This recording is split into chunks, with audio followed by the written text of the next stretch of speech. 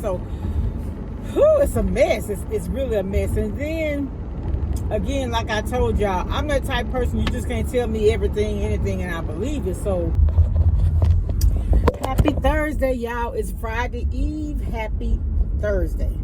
Let's see if I can do something about this light. That ain't gonna help.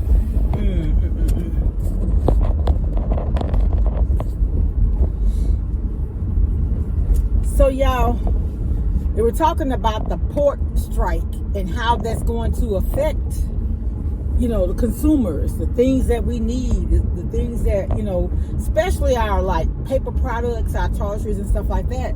And so a friend and I were talking, and she was saying that her son had brought her some toilet tissue and paper towels, you know, and getting prepared. But what they said on the Today Show, those items are actually manufactured here in the United States, and they can come by train. They said that the 3 products that's going to be affected by the strike is actually, I say BBC,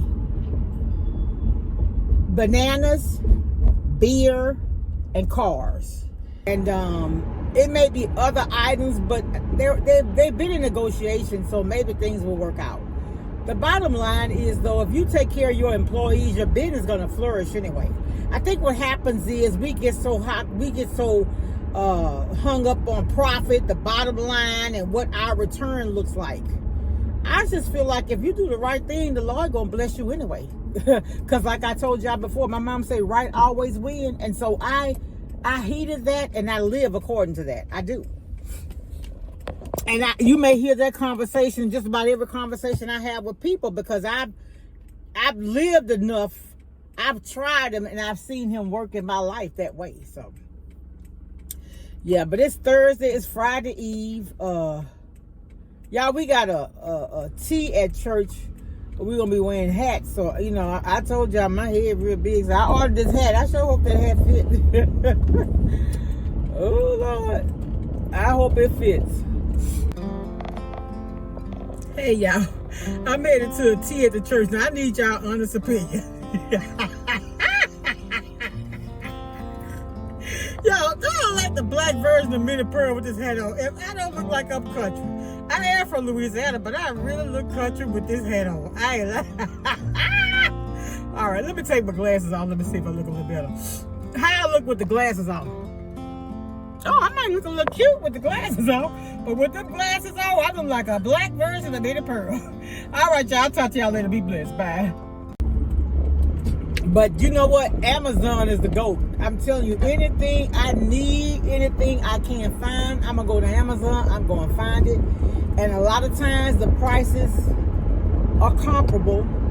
Sometimes I find stuff better on Amazon because of the way I shop. Like sometimes, that's why I like that. Do y'all have that Capital One thing on your phone? Like when you get ready to purchase something, it'll show you where it's cheaper somewhere else. Only thing about that though, because it's showing me with things. Is that right? I've seen where it says something was cheaper somewhere else. It may have been cheaper, but it wasn't the same size, or I may have gotten 2. You understand what I'm saying? Maybe they factored it. No, because I've gotten 2 or something they told me was cheaper. Yeah, it's gonna be cheaper because it's just one. You know, so, but you just have to do your homework. And that's one thing I've learned in competitive shop. I learned that working retail. Yeah. I think I'd be a good person to shop. I save you some money. Because, baby, yes, indeed. It's drizzling. Oh, it's drizzling on my windshield. But, yeah, there's always something. I come to realize too, some things we going through, just that's God letting us know He's still in control. You understand what I'm saying? He's still in control no matter what. I don't care what you're going through, what your situation is. God is always there, and He's always in control. Always. Always. Even when things happen in your life that car coming fast. I thought I was gonna be able to beat that. Even when things going on in your life, it could be like it's the end of the road for you.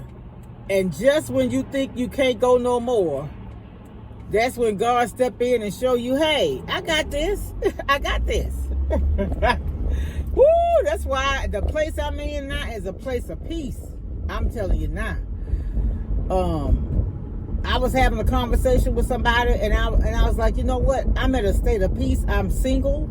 I'm totally single, and I'm comfortable with that. I don't have to be in a relationship to feel whole. And in all actuality, you need to feel whole by yourself before you can actually be in a relationship. Yeah, because you can't give what you don't have. If you're not confident in yourself, how you gonna give confidence to somebody else? And I haven't always been like this, but with God's grace and mercy and maturity and growth, spiritual growth, I'm there. You know what I'm saying? I'm 59 years old. I ought to be. Yeah. All right, y'all. Well, I'll holler at y'all a little later. Have a good day. Bye. Lunchtime, y'all, and it's a beautiful day here. It's a beautiful, beautiful day.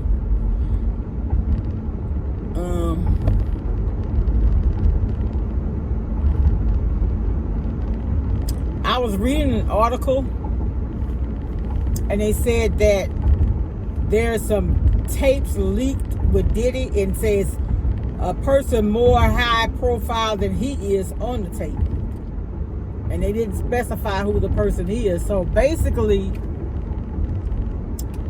they are taunting, in my opinion, taunting people before, because if you ever was involved, then you could possibly be that person. You know what I'm saying? So, it's a mess. It's really a mess. And then, again, like I told y'all, I'm that type of person, you just can't tell me anything, and I believe it. So, some of those accusations are probably going to be true, but I don't think all of them will be. And another thing is, how many of these acts were consensual, and how many are going to just say, I don't know. Like I said, I'm one of the type of people, I'm very, very, when it comes to things like that, I'm very detailed, and I want to consider the source. What do you have to gain or lose either way in this situation? Again, if you've attended more than one, did you know that these things were occurring and you decided to come anyway? Like I told y'all before about those swingers and things like that, I know that to be true, and they go around to different areas. And like I said, it's all types of, all caliber, all socioeconomic groups, all races, nationalities. It's just something that people indulge in. It's a mess. It's really a mess.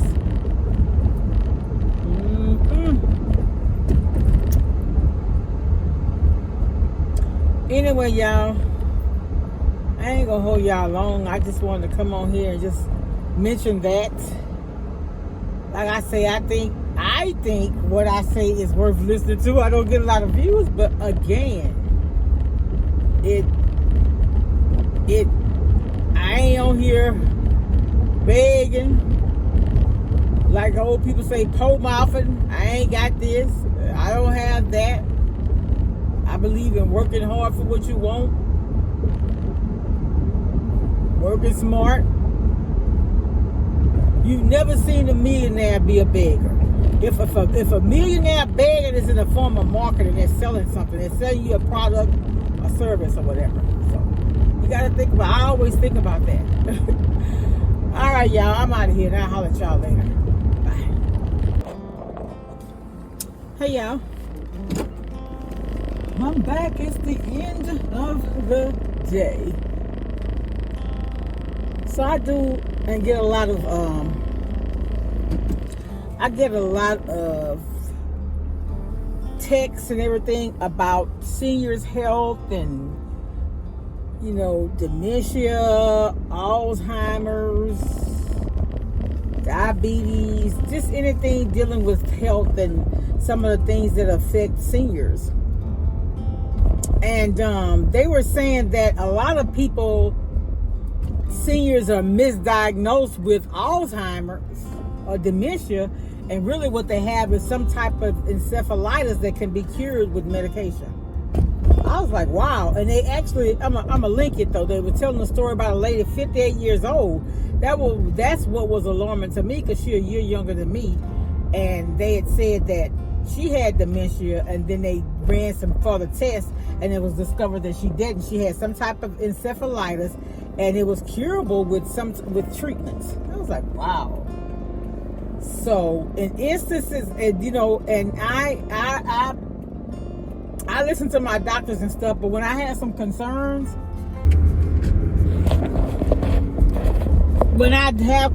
I do ask questions.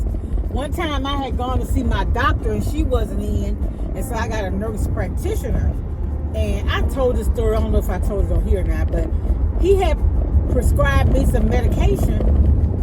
And so when I filled it, the next day the pharmacist called me and asked how was I feeling. And I was like, I'm feeling okay. He said, well, the medication they put you on, he said that we have had some patients to be prescribed that medication and they became immobile.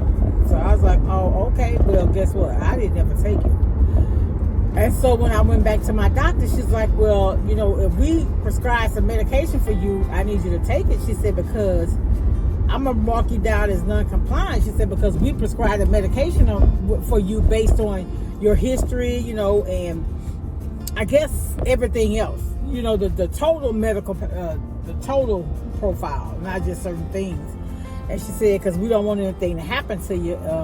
But then another reason why I didn't take it is because not only did he prescribe something that the pharmacist said may be bad for me, he wasn't my doctor. You understand? So that's what made the difference. Now, if she would have told me, then I would have been probably okay with it. But it was probably about 4 months, maybe. I don't know how long it was I went without that medication. But she didn't give me that particular kind. She did change the kind that she gave to me. So I was like, And that's just like my eye doctor, which I need to make an appointment now. When I went to him, he told me that he said everybody have a cataract. He said, but yours is so small, he said, that we don't need to be concerned about it right now. So I went back 4 months later. He told me, oh, we're gonna have to get that cataract taken care of. I say, huh? In what eye? He said both of them. Now, he had told me about the small one in the left eye. He hadn't said anything about the right. So I was like, oh, I let them make the appointment. I called the girl the next day. I said, look, I'm getting ready to go on vacation.